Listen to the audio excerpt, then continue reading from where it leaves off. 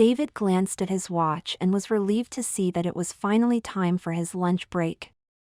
He cleared the paperwork he had been looking over from the top of his desk and placed it carefully into one of the drawers in his desk. He stood up and took his jacket from the coat stand in the corner of his office and then headed for the exit from the large corporate building where he had worked for nearly 20 years. Once out on the street, he quickly headed for the large shopping center that was located close to his office.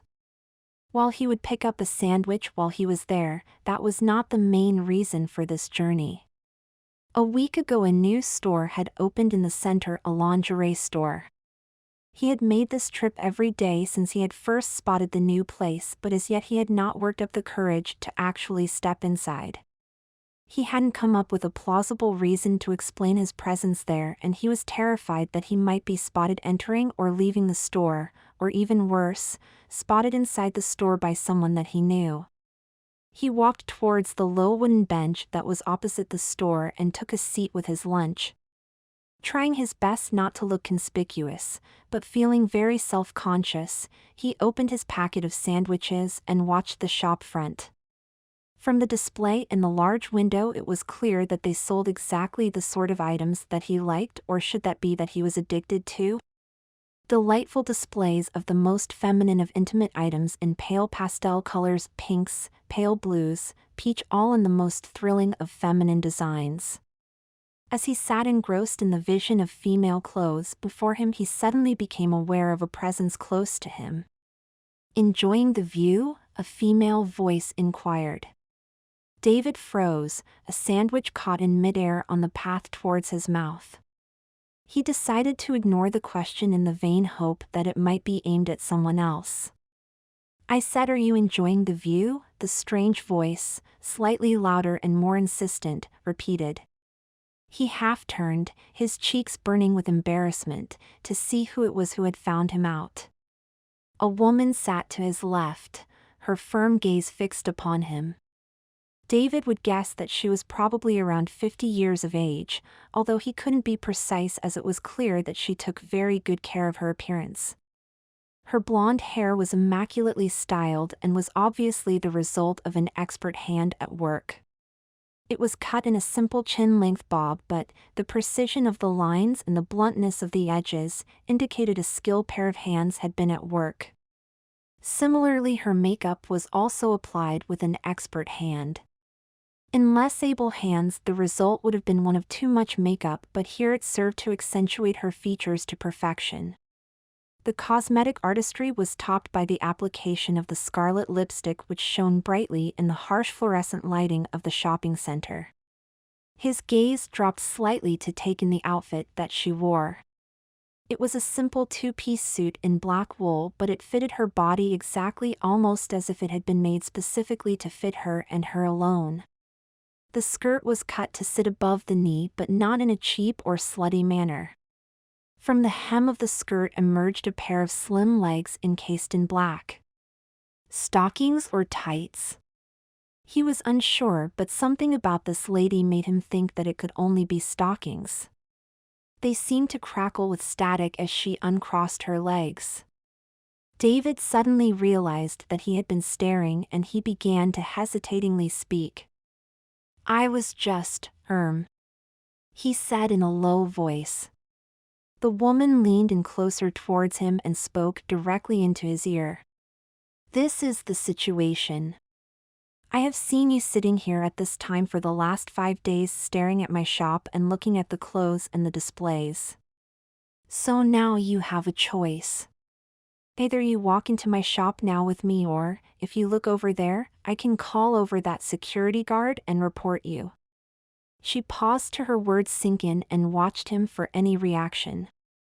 David sat in shock, his mind racing as he tried to work out his next move.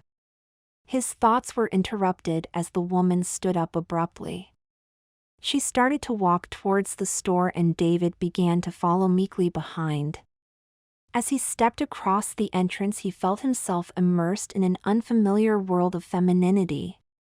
The air was heavy with the scent of perfume, and the subdued lighting helped to flatter the garments on display.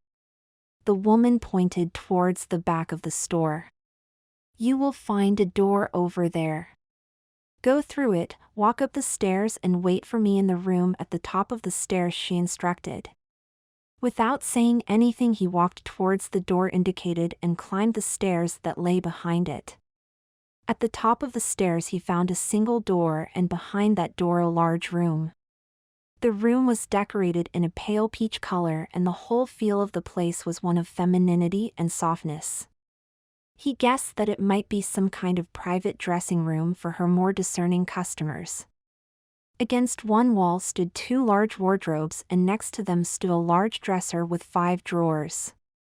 In one corner of the room stood a large 3-sided mirror that surrounded a small square cushioned platform which was about 4 inches in height. He heard a door close behind him, and he turned around to see the woman who had spoken to him outside. "Well, at least you are being sensible and not trying to create a scene. So, tell me, why do you sit and watch my store?" David looked down at his shoes, embarrassed at being caught and now confronted about his passion. He was unsure what to say, and he was worried that if he said the wrong thing then he risked making his current predicament even worse. "Nothing to say?" "Well, it doesn't really matter now anyway, as you're my new shop girl. Now, let's see what we have to work with. Strip." David stood somewhat shakily and tried to explain. "I think there's been some misunderstanding here. I just go to that bench to eat my lunch as it's close to my office and—" He was cut short by a harsh glance from the domineering woman standing before him and realized that any further protests or explanations would perhaps be futile. With a shrug, he slowly started to undress, very conscious of the watchful eye being kept upon him. In a few moments he was down to just his boxer shorts and paused to look up at his tormentor. She raised her eyebrows, and so David slowly also removed his boxers. Naked, he stood before, his head bowed in submission. Abigail Collins leant in closer to scrutinize the naked body of the man that was in front of her. He was of slim build with narrow, one might even say, girlish hips. Despite his age, his body had only the slightest downy covering of hair, and even his legs were hardly troubled by any significant presence of hair. She pointed towards the back of the room. "Behind that door you will find a small shower cubicle. Go in there and you will find on the shelf a bottle of Nair hair removing cream. Apply the cream liberally to your whole body below the neck and then wait. When you hear me shout you may then rinse of the cream. Then I want you to use the shower creme and wash yourself very thoroughly all over. Now go." David trudged reluctantly towards the shower room indicated. Once inside he found the hair remover and started to apply it to his body. He worked diligently until every inch of his skin below his neck was obscured by a thin coating of this new method of torture. Making sure that he hadn't missed a spot, he stood self-consciously and waited. After a few minutes he began to feel a tingling sensation, almost as if a swarm of ants were running across his flesh. As the minutes clicked by, the tingling became more intense and started to become almost a burning sensation. He began to worry just how much longer he would have to endure this when a shouted instruction came through the door. "Rinse and wash." He began to wash the cream from his skin, relieved to be rid of the stinging sensation but dismayed to see just how effectively it had removed what little hair he had on his body. As the hair swirled and disappeared down the drain in the shower, David felt a new level of nakedness. Picking up the bottle of shower gel, he noticed the strong floral scent as the top was unscrewed. He began to use the gel to clean the now bare skin and become enveloped in the shroud of feminine scent. His thoughts were disturbed by a loud knock on the door. "Hurry up! You have 5 minutes to finish." He worked quickly to make sure he was clean all over and shut off the shower.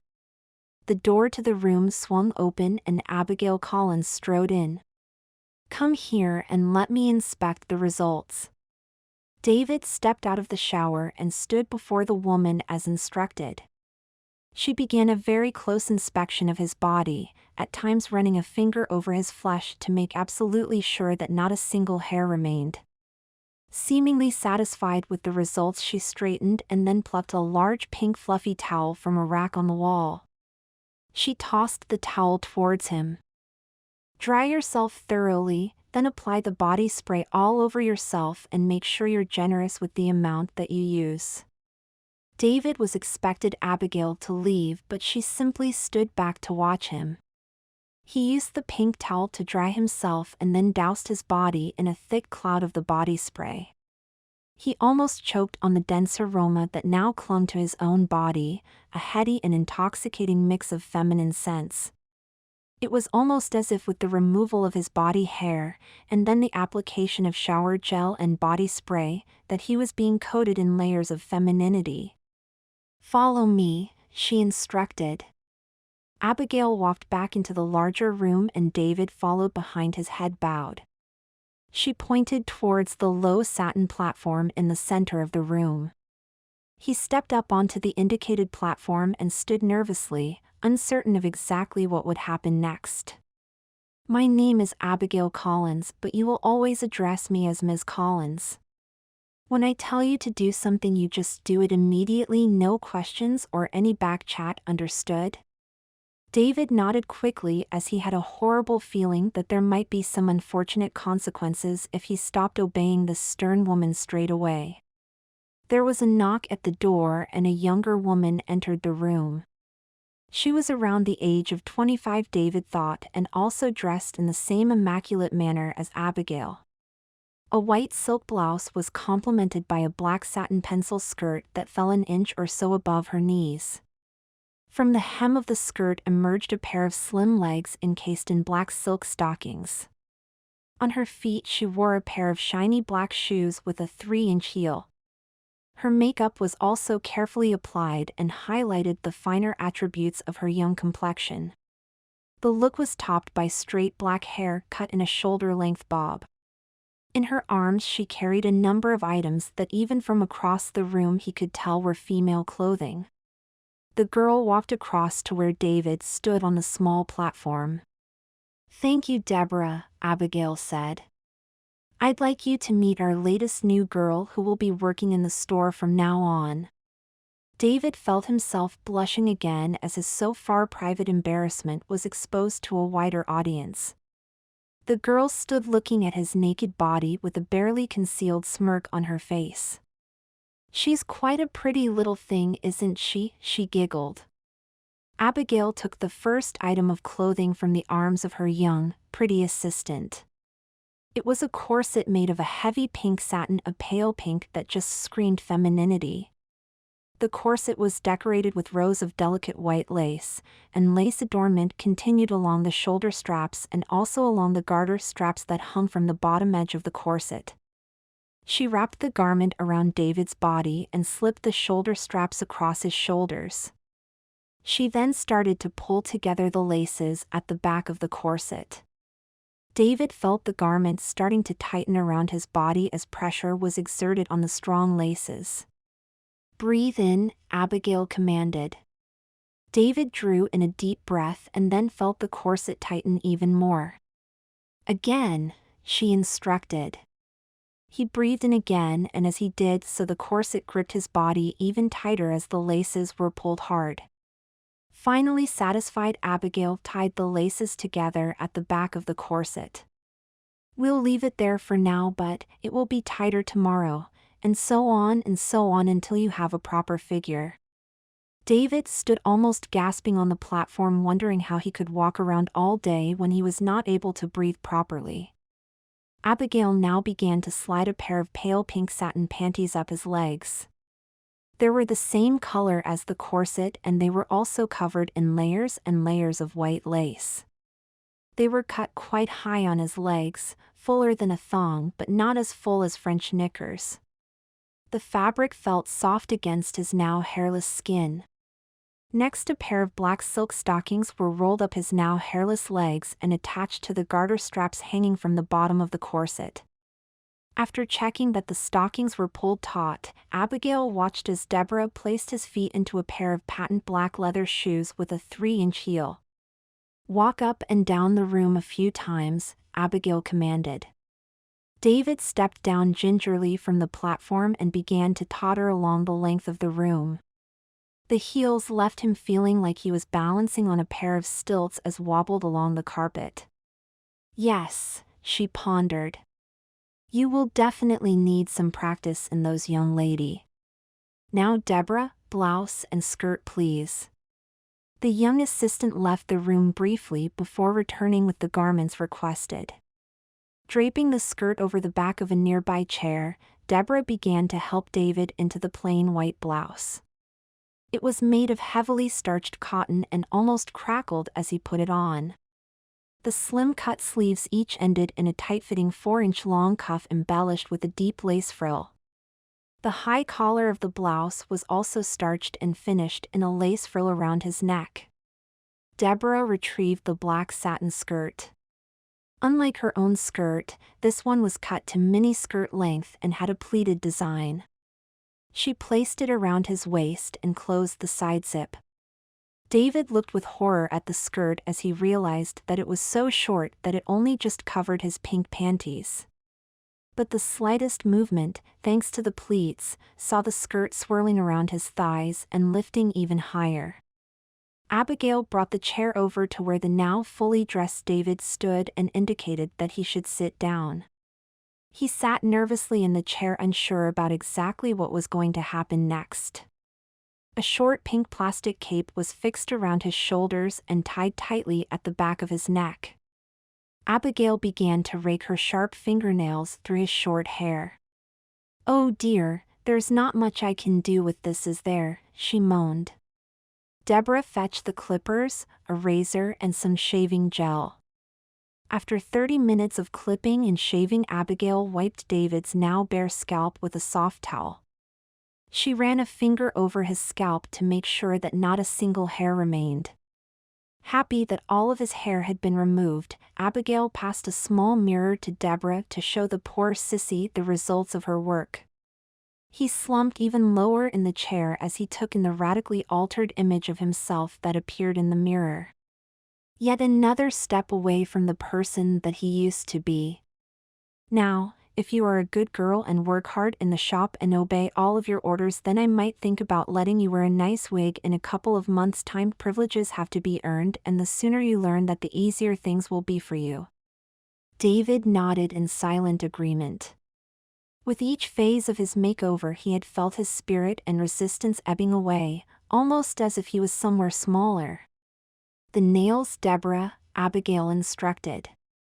Deborah walked away and returned carrying a small case which she opened to reveal many little compartments and shelves. She also pulled the chair around and sat down next to David. She took one of his hands and examined his fingernails. "I can't really do a lot with these, Ms. Collins' extensions?" Her boss nodded, and so she began to apply 3-inch long nail extensions to each of his fingers. He sat in silence as he watched another move away from the person that he used to be. It was surprising how quickly his hands were altered to look almost like talons as the nail extensions were cemented to his own short nails. Once the extensions had been completed, Deborah took out a bottle of pale pink nail polish and began to apply a thick and very shiny coat to each of the false nails. While the polish was drying, she turned to begin working on his makeup. First, a thick base of foundation was liberally applied to his face to smooth out and hide any blemishes on his skin. Then blusher was applied to his cheekbones to add some definition to his face. Next, his eyebrows were subjected to some harsh plucking as they were completely reshaped into a form that was completely feminine. He winced in pain as each little hair was pulled sharply away. After the plucking was complete, he was left with a pair of very narrow brows that had been steeply arched as if he had just been caught by surprise. With an eyebrow pencil, Deborah then further accentuated his new eyebrows so they stood out clearly on his forehead. His eyes were then outlined with eyeliner and his lids colored in with eyeshadow. As a final touch, she attached a long pair of false eyelashes. As a final touch, his lips were defined with a lipstick pencil and then subjected to a thick coat of shiny pink lipstick. Abigail nodded in approval as she scrutinized the final result of Deborah's handiwork. While the makeup was perhaps not extreme, it did serve to make it absolutely clear that this was a very feminine and girlish person. "Stand up," she barked.